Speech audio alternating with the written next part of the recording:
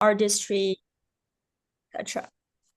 In terms of things that people don't really get to see on a regular tourist trek to China, we want to make sure you eat like a local. We want to make sure you live like a local. We want to make sure that you can party like a local as well. So meal wise, we've organized or hand selected a range of beautiful meals, dinners, and lunch included. There are things that we love growing up, but also covered different aspects of the culinary culture in China. So in Beijing, the Peking duck is obviously really well known in the States, but there's also a range of local dishes that's a little bit different from what you would expect. Chengdu and Chongqing, which we'll visit as part of the trek, are known for their spicy food, their numbing peppercorns, the hot pot, and the double fried chicken that you can order in America. But I believe you'll see that the food that you will enjoy in China is much different. In Shanghai, food there is a lot more delicate. It's a little bit sweeter and it's a little bit more stuff palatable to a Western taste. And you will have chance to eat xiaolongbao. You'll have chance to eat bambang dishes there too. Living like a local wise, we wanted you to have a chance to see from like young adults to uncles to like middle-aged uncles and grandpas, what are they doing in China? So at various part of the trek, whether we're at a park or we're going to a bathhouse, you will get to see how people live in China. So when we visit Chengdu, for example, the Renmin Park will have people really just encapsulating the idea of what does it mean to be chilling in life. Everyone is just enjoying a cup of tea, getting their ear picked. There are these adult playgrounds all over China in the parks where uncles and grandpas and aunties will just exercise there. In Beijing, we'll get to visit a local family where they will teach us how to make dumplings. The family has lived in these Asian alleyways for more than 4 generations, so they can kind of talk through with us their insights and how Beijing has changed really in the past couple of decades. In terms of accommodation, we'll make sure everyone have the most superior experience here. Okay, so 5-star hotels in China is another beast. All of the hotels are really new. It's newly built, and the staffs are bilingual. You have robots delivering your food deliveries if you order food. So I would say the accommodation of China Trek will be a highlight of the experience. You will enjoy high ROI hotel options compared to a lot of the places on Earth. There's a video, but since we're online, I think it's going to be a little bit janky. So Leah, if you can send the link to the chat or to the Zoom chat, and then everyone feel free to take a look further. These are real footages from last year's Kellogg Booth China Trek, and you will get the taste of like what the track will feel and look like. Okay, cool. Let's go into the itinerary. So the food track will look like we'll spend 3 days in Beijing, 3 days in Chengdu, and 2 days in Shanghai. While we're in Chengdu, there's 1 day where you get to have the option to stay in Chengdu, where you just will relax and enjoy other Chengdu options, or you can go to Chongqing as a day trip. In Beijing, the trek will start officially on December 29th, and we recommend everyone to come in before 4 p.m. local time. We'll have the welcome dinner with Peking duck. I'll flip through the pictures later. And then the next day, we'll visit the Great Wall of China. After we hike the Great Wall, we come down. There is a really cute artist village right at the foot of the Great Wall. And we're going to be having a lunch party at this designer courtyard. It used to be the old, what's the English word for it? The old factory for glasses. Once in a while, that converted into a designer hotel, and they will host us for a nice lunch party there. In the afternoon, we might visit a company. If not, we will visit the 798 Art District instead. And in the evening, we will curate a hutong bar crawl for you guys. So hutongs are these like small alleyways in the old city of Beijing.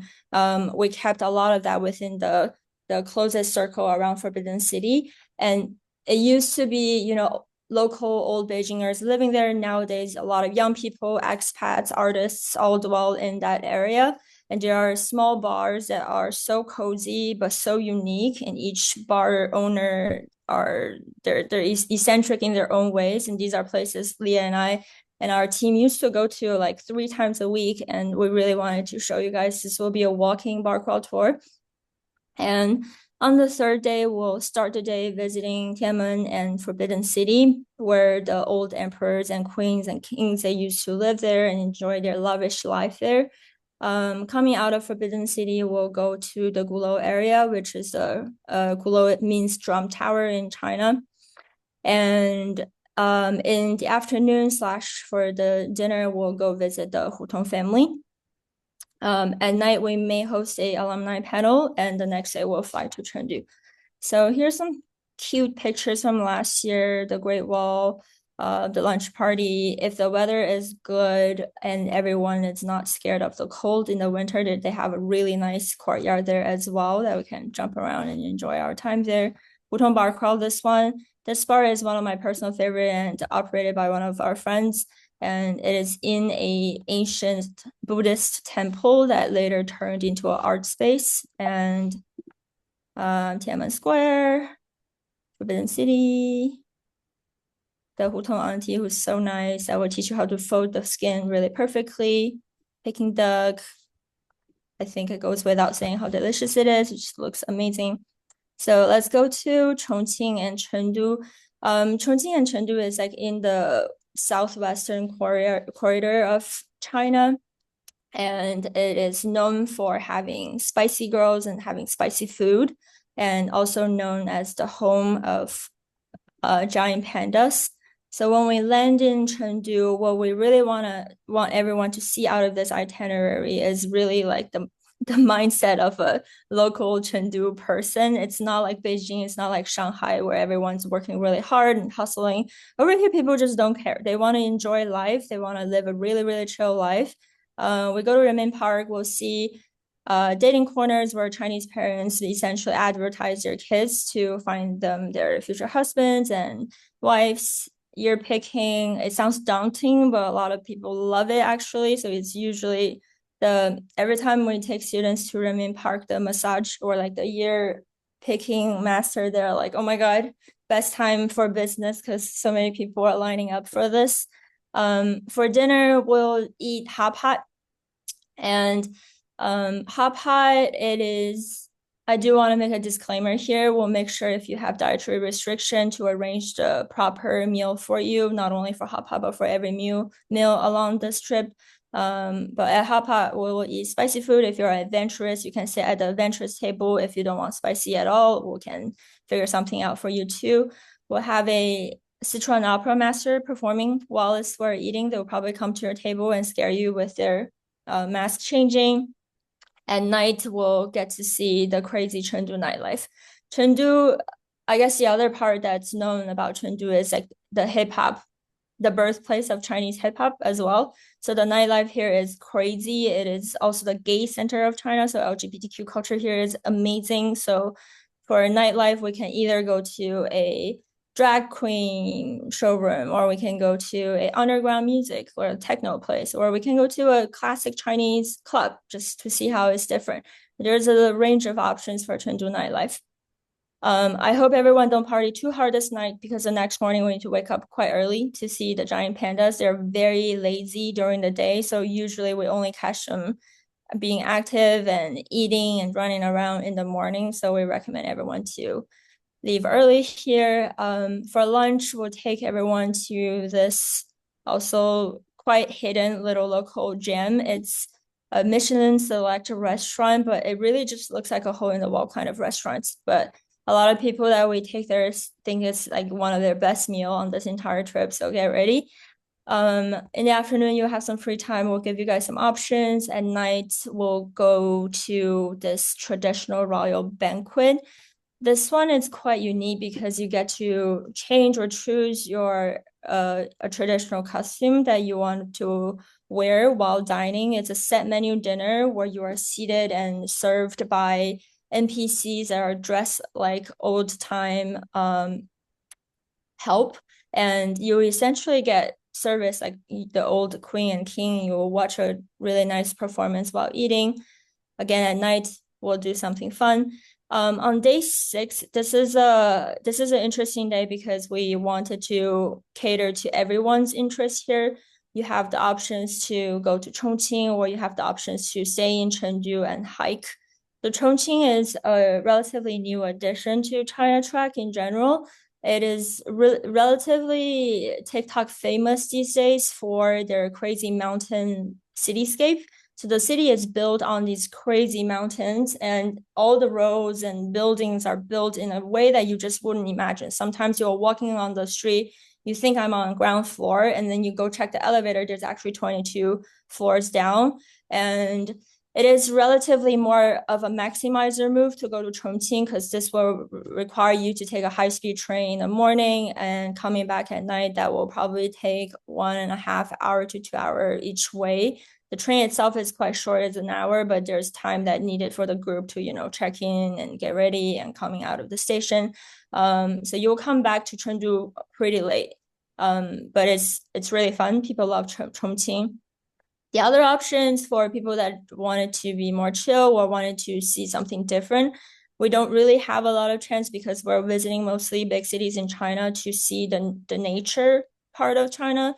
So you have the option to hike Qingcheng Mountain, which is very close to where Chengdu is. Qingcheng Mountain is a relatively easy hike, and there is some Taoism influence there. So there are some temples along the hike that you can visit.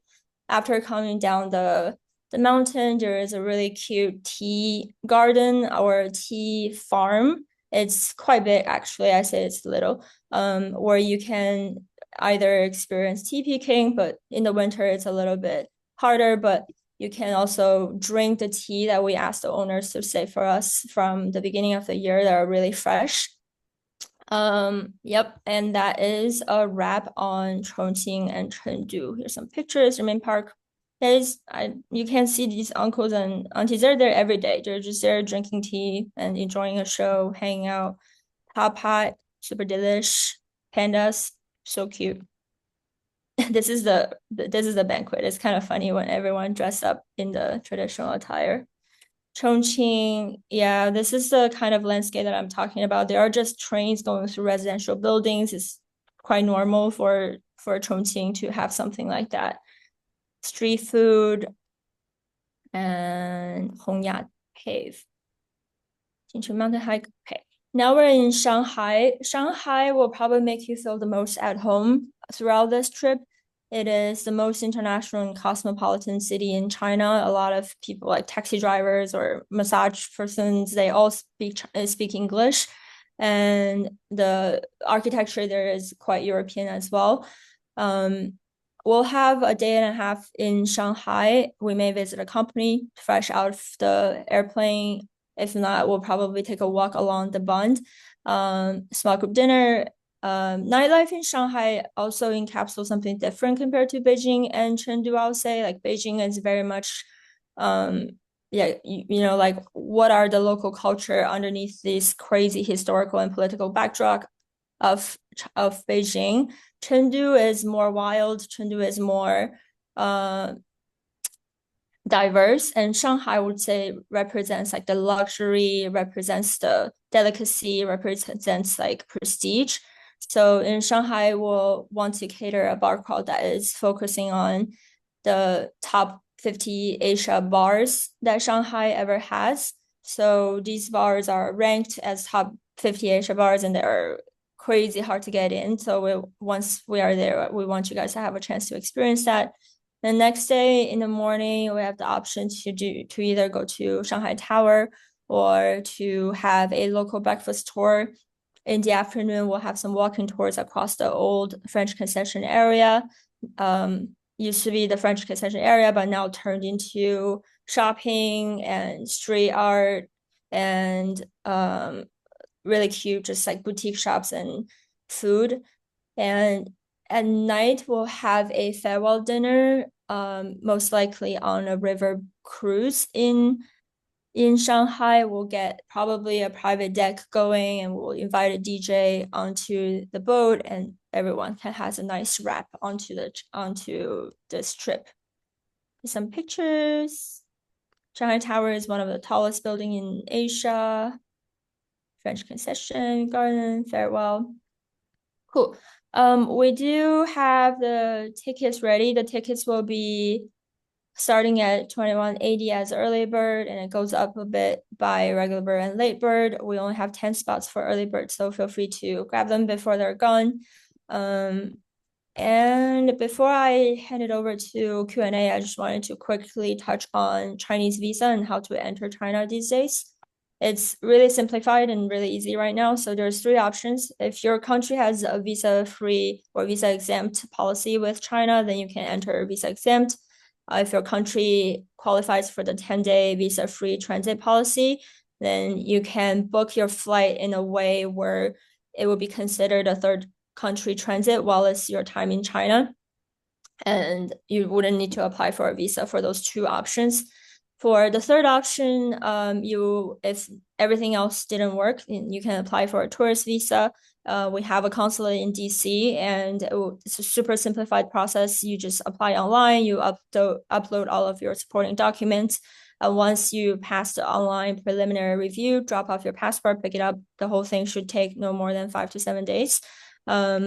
And we'll send a visa guide to anyone that booked the tickets once we have that official group chat going. So wanted to give everyone peace of mind there. We have the countries listed at the later pages of this deck, so feel free to check it out as well. Cool. That's all that I have. So Vincent, do we want to open up for Q&A? Sure. Thank you, Sharon. Before that Q&A session, just two more things add on. The first thing is because we are following strictly on our school's academic calendar, so our agenda cannot be changed. However, there could be some more flexibility if you want to stay 1, 2, or 3 days more in China. If you have the visa, we would encourage you to stay in Shanghai or visit other cities around Shanghai, or even make a solo trip to Hong Kong, where English is more commonly used. But just private talk, like you may have like skip 1 or 2 classes for the first week at school. That's the first thing. And the second thing is about the ticket. To make that flexibility to allow you to pay the deposit firstly, we are not going to purchase the ticket on Korea Connect. So we have a separate link where you can pay the deposit and then pay the rest of the money. That's two things. And right now we are opening all the questions on the floor. Just prefer to ask, like, open your mic or just type your questions in our chat. We are very happy to answer any questions you may have. And thank you, Sharon, again.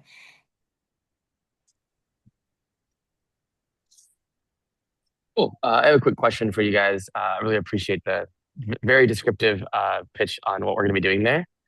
So is our group from Georgetown, are we going to be combined with other schools, or were you stating that like other schools have done the similar trips? It will be a Georgetown only trip. It won't be Okay. combined with another school. Okay, cool. That's helpful to understand. Mm. Hey, Sharon Vincent, I have a question.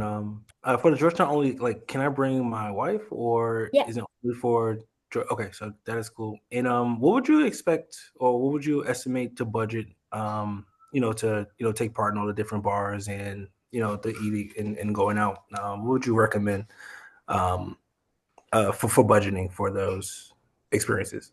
So each options will range somewhere between 38 to 100, maybe.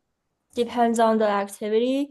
And for all the nightlife one, so clubbing would be a little bit more expensive in a city like Shanghai.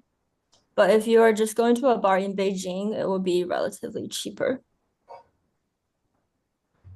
Okay. Oh, and one other question is what would you recommend as far as like dress or like for the weather and like how to like what to bring to wear and any additional items that you would recommend bringing with you?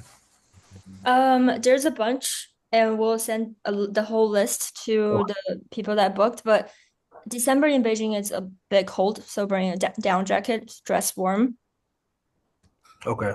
for sure. So like December is there could be snow, like it is a cold weather time in China. Somehow similar to DC in winter. I would say Oh. Beijing and DC is quite similar. So Quite similar, yeah. yes, bring what you are wearing in DC to Beijing. That'll be fine. Cool. Thank you. And Travis, to answer your first question, we are very welcome your partner or your friends to join us. The only difference is for Georgetown student, the school, the program office will buy a insurance for you. But if you bring your partner, bring your friends to the track, they are very welcomed, but you have to buy a separate insurance for them. That's the only difference. Okay, cool. Thank you.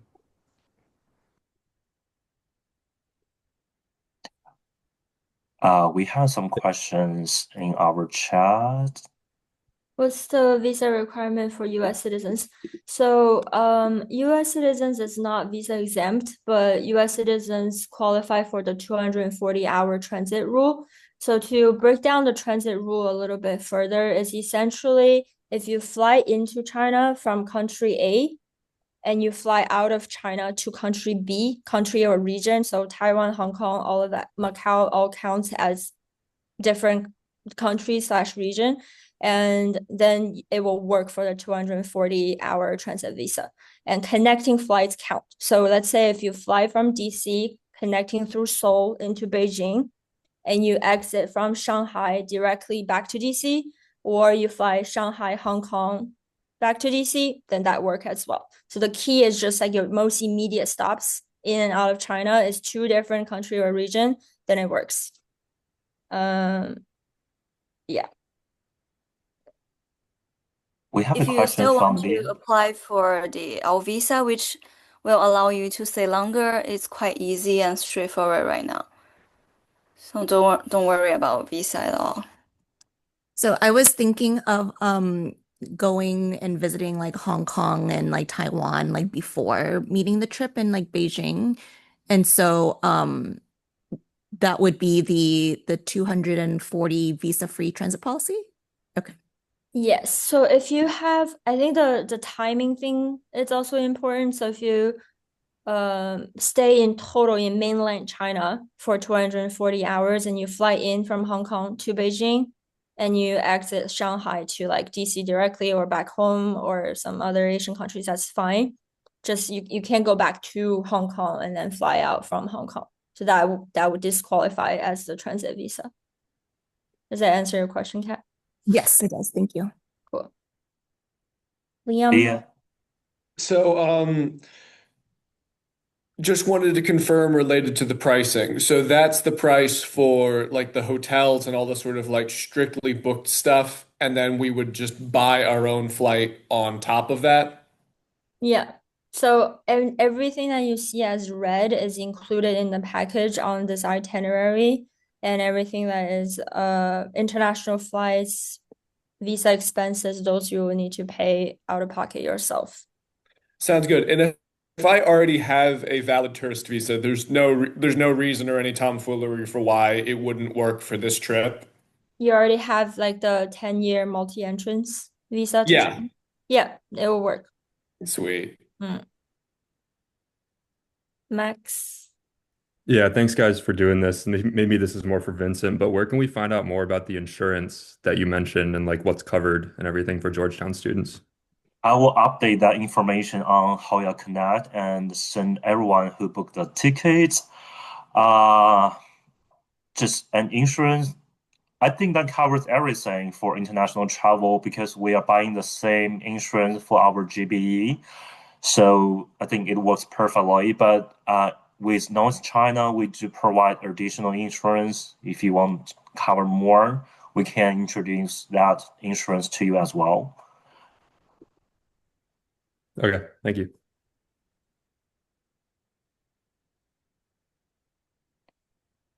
Questions in our chat? Mara's question, since flights are purchased So sometimes, yeah, if students want to fly out of DC to Beijing together, people can book together. Once everyone book, we'll send over a Google Sheet for coordination where everyone can log their flights or see who's on the track, etc. Yeah.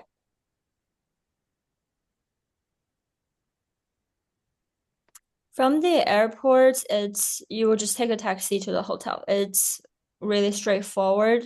The Uber equivalent, Didi in China, is really, really cheap. So we in the guide that I think it was Travis that I said I was going to send once we are like 3 weeks out from traveling, we'll send out a digital checklist, a packing recommendations list, and in that digital checklist will tell you how to set up Didi before you visit China, how to set up WeChat, which we'll use as the main channel of communication once we're there.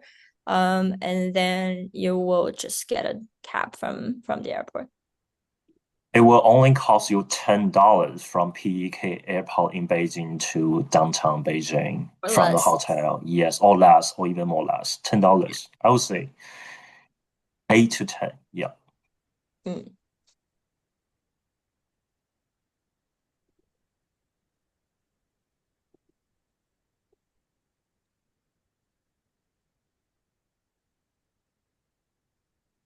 Sorry, maybe I missed this, but are you able to send out the slide deck post the Zoom?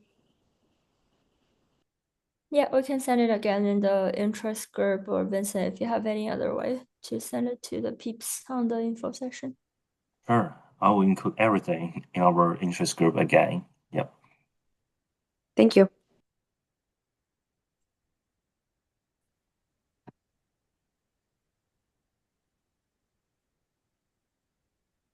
Cool. Any other questions? If you have any additional questions, feel free to ping the interest group chat as well. We'll be there to answer any questions that you have. And once you book the ticket, we will drag you into a new group. We will share more information for visa or any more detailed informations in our official group on WhatsApp. Yeah. Sorry, one more question regarding the visa. How long does that typically take to get? 5 to 7 days once you submit the online application. Okay, thank you. Yes. And we are in a very good spot. We are in DC, so it's really convenient for us to get the visa earlier than others in the States. Yeah. Yep. And last thing is, because we're October 13th already now, so the last day for every package booking will be October 29th. So please just keep that in mind when you are considering your travel plans for winter break.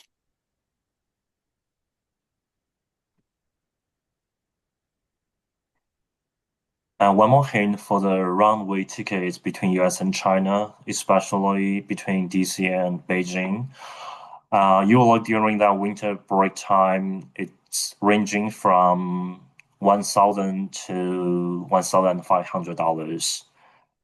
That will give you a hint if you are taking a connected flight. So your total cost will be this 2,180 plus the international tickets. And if you are on that transit visa, you don't have to apply the visa. You don't have to pay for that. Then I think that's all. Yeah.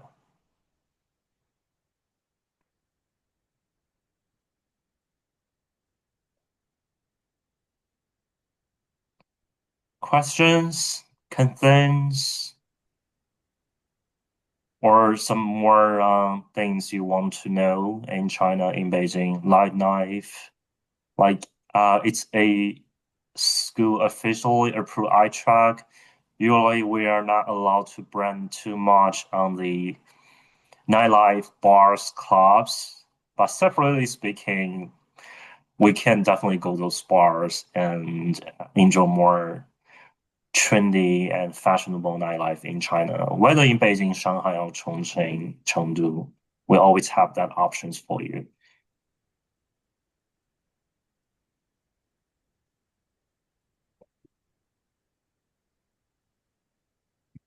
Cool. Thank you guys so much. Nice to meet everyone on Zoom, and hopefully we'll see you guys in China.